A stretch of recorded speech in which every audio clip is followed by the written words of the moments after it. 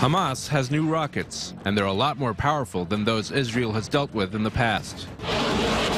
According to a report on Army radio, this heavier, larger rocket has a relatively short range of only several miles.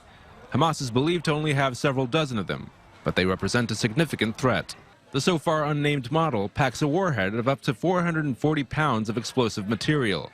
This dwarfs the older models Hamas has used in the past, such as the Grad, which contains about 44 pounds of explosives, and Hamas's homemade Qassam rockets, which contain no more than 22 pounds.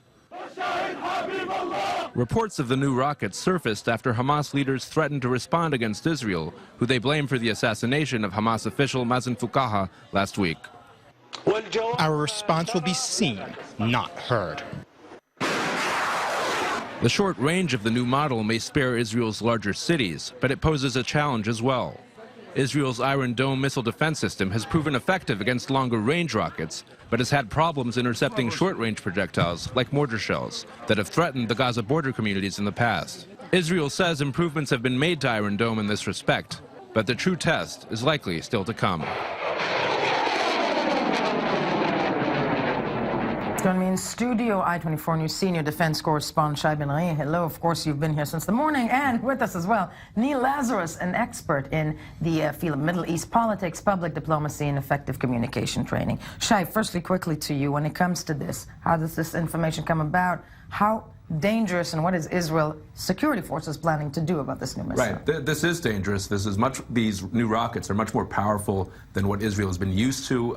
It may only threaten the adjacent area to the Gaza border, but certainly when you talk about 440 pounds of explosives, that's about 10 times the previously most powerful rocket that Hamas is in possession of, the Grad. Now, we don't know if this will be the method that they use to actually respond against the killing of their top official last week. There's been there's all sorts of speculation about what could be the answer. A lot of people think it could be some sort of more elaborate attack in the West Bank, something that Mazen Fukaha was actually associated with. Now, Mr. Lazarus, I want to ask you, when Hamas using what people can argue ISIS tactics of these videos online, so to speak.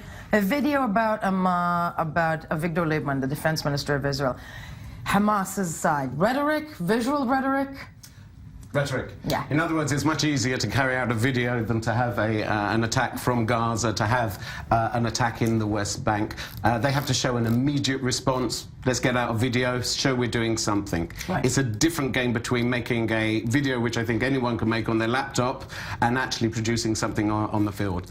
I would argue that Hamas is not interested in flaring up the situation in Gaza. On the other hand, it's being challenged. It has to respond somehow. So let me ask you this, and I'm glad Shai is here as well, because clearly I would, and again, we're theorizing, I don't think Hamas has the capability right now to go with a tunnel underneath an Israeli, town on the border, because they still are damaged from 2 years ago. They have to react to this. What else can they do? What is the capability at this point?